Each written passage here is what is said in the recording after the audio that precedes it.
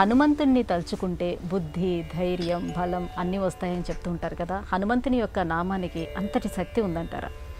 బుద్ధిర్బలం యశో ధైర్యం నిర్భయత్వం అరోగత అజాడ్యం వాక్పటుత్వం చ హనుమత్ స్మరణాత్ భవేత్.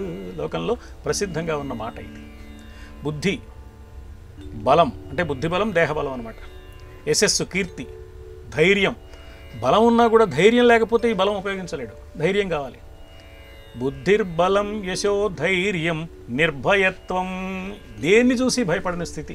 అమ్మో 100 యోజనాల సముద్రం అని గుండె బాదుకోలేదు. ఇదెంత తేలిగ్గా పిల్లకాలువలాగా దాటేస్తాను అన్నాడు. ఇది పెద్ద విషయం కాదు నాకు అన్నాడు. లంఘయామి అల్పవారిధిం అన్నాడు.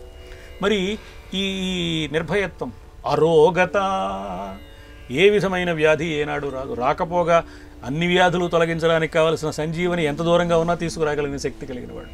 అన్ని రోగాలకు సంజీవని లాంటివాడు ఆయన. కాబట్టి నిర్భయత్వం, అరోగత, అజాడ్యం. అజాడ్యం అంటే ఎప్పుడూ మందకొడితనం ఉండదు. అలర్ట్గా ఉంటాడు, మంచి చైతన్యంతో ఉంటాడు. చిన్న చిన్న సన్నివేశాలు కూడా చాలా క్లీన్గా అబ్జర్వ్ చేస్తాడు. అక్కడి నుంచి సంజీవని తీసుకొచ్చాడు. ఇక్కడ పెట్టేయచ్చు కదా, యుద్ధం అయిపోయేలాగా ఎన్నిసార్లు ఎవరైనా మూర్చిపోయినా ఉపయోగిస్తుంది కదా. మళ్ళీ తీసుకొచ్చిన చోట పెట్టేశాడు. ఆ ప్రదేశం మనకు తెలుసు కాబట్టి ఎప్పుడు అవసరమైతే అప్పుడు తెచ్చుకుందాం. ఇంకెవరికైనా ఇలాంటిది అవసరం ఉంటుంది. వాళ్ళకి కావాలంటే అక్కడికి పెడతారు కదా, అక్కడ కదా వెతుక్కుంటారు, ఎక్కడ ఉన్నట్టు తెలియదు కదా. అంటే ఇంట్లో చిన్న చిన్న వస్తువులు ఎక్కడ తీసినా అక్కడ పెడితే మళ్ళీ మళ్ళీ వెతుక్కునే ఇబ్బంది లేకుండా ఉండడం అనే చిన్న విషయానికి ఎంత ప్రాధాన్యం ఉందో ఆంజనేయుడి ప్రవర్తన ద్వారా తెలుస్తుంది. సుగ్రీవుడు మొట్టమొదటిసారి రామలక్ష్మణులు వచ్చినప్పుడు రాముడిని గౌరవిస్తూ ఏం చేశాడంటే ఓ చెట్టు కొమ్మ విరిచి వేసి ఆయన పక్కన కూర్చున్నాడు. లక్ష్మణుడు వెనకాల చేతులు కట్టుకుని అలాగే నిలబడ్డాడు. వచ్చిన రాముణ్ణి గౌరవిస్తూ లక్ష్మణుడికి కూడా మరి ఆసనం ఇవ్వాలి కదా. అది తోచలేదు సుగ్రీవుడికి. ఏమిటయా బుర్రలేని మహారాజు నువ్వు అనలేదు ఆంజనేయుడు. మౌనంగా తాను ఇంకో చెట్టు కొమ్మ విరిచి పక్కన వేసి లక్ష్మణుడిని కూర్చోమన్నాడు. అవసరమైన పని చేసేసాడు తప్ప ఎవరిని ఇబ్బంది పెట్టాల. ఎంత ఆలోచించాడు, ఎంత స్పందన ఉంది, ఎంత చైతన్యం ఉంది, ఎంత మహారాజును అవమానించలేదు. అలా అని లక్ష్మణుడిని గౌరవించడం మానలేదు. రాజుగారి పక్షాన మంత్రిగా ఆ పని తాను చేశాడు. ఇది ఎంత చైతన్యం ఉంటే జరుగుతుంది. ఇది అజాడ్యం అంటే. ఇంకా వాక్పటుత్వం సరే ఇంతకు ముందే అనుకున్నాం మనం. అపారమైన వాక్పటుత్వం. ఈ లక్షణాలన్నీ కలిగినవాడు. ఆయన్ని ఆరాధిస్తే, ఆయన్ని స్మరిస్తే ఈ లక్షణాలు మనకు వస్తాయి. సంగీతం బాగా వచ్చిన వారిని ఆశ్రయించి కొన్నాళ్ళు వాళ్ళ వెంట పడితే కొద్దిగా సంగీతం నేర్చుకోవచ్చు. సాహిత్యం వచ్చిన వారిని ఆశ్రయిస్తే సాహిత్యం నేర్చుకోవచ్చు.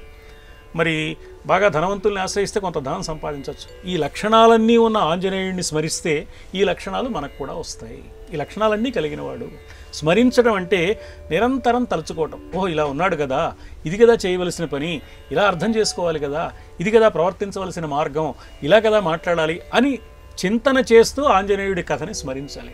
కథని కథగా కాక కథ చాటున దాగిన ఆలోచన సుధని మనం ఆస్వాదించి దైనందిన జీవితంలో ప్రవర్తించడానికి వీలుగా దాన్ని మలచుకున్నప్పుడు ఆ స్మరణ సార్థకమవుతుంది. కాబట్టి స్మరించడం అంటే నిరంతరం తలుచుకోవడమే, విస్మరించకుండా ఉండడమే స్మరించడం అని పరమహంస చెప్పిన మాటల్ని జ్ఞాపకం చేసుకుంటే నిరంతరము ఆంజనేయుని యొక్క తాత్విక జీవన వైఖరిని, ధార్మిక జీవన వైఖరిని, ధర్మంతో పరోపకారం కోసం స్వామి కార్యం తప్ప స్వకార్యం లేని మహానుభావుడైన ఆంజనేయుడి తత్వాన్ని స్మరణ చేసిన కొద్దీ ఆ ప్రయోజనం, ఆ లక్షణం మనకు వచ్చే అవకాశం ఉంటుంది. కాబట్టి ఈ సద్గుణాలన్నీ మనకు వస్తాయి.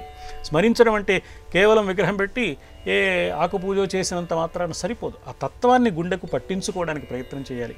ఆ సంస్కారం రావడానికి ఆకుపూజ చేస్తే చేయొచ్చు, తప్పులేదు. ఆకుపూజ చేయడం తప్పు కాదు, అక్కడ ఆగిపోవడం మాత్రం ప్రయోజనకరమైన విషయం కాదు. అందుకని స్మరించడం అంటే నిరంతరం ఆ తత్వాన్ని మళ్ళీ మళ్ళీ మళ్ళీ మళ్ళీ తలచుకోవడం, నిరంతర చింతన కావాలి, దీర్ఘకాలం కావాలి అని పెద్దలు చెప్పారు. ఏ సత్ఫలితం పొందాలన్నా నిరంతరం చేయాలి, ఎక్కువ కాలం చేయాలి. అంటే ఎక్కువ కాలం అంటే ఎల్లకాలము చేయాలి. అప్పుడు ఆంజనేయుడి స్థితి మనకు కూడా వస్తుంది. కాబట్టి ఈ గుణాలన్నీ సంక్రమించే అవకాశం ఉంటుంది.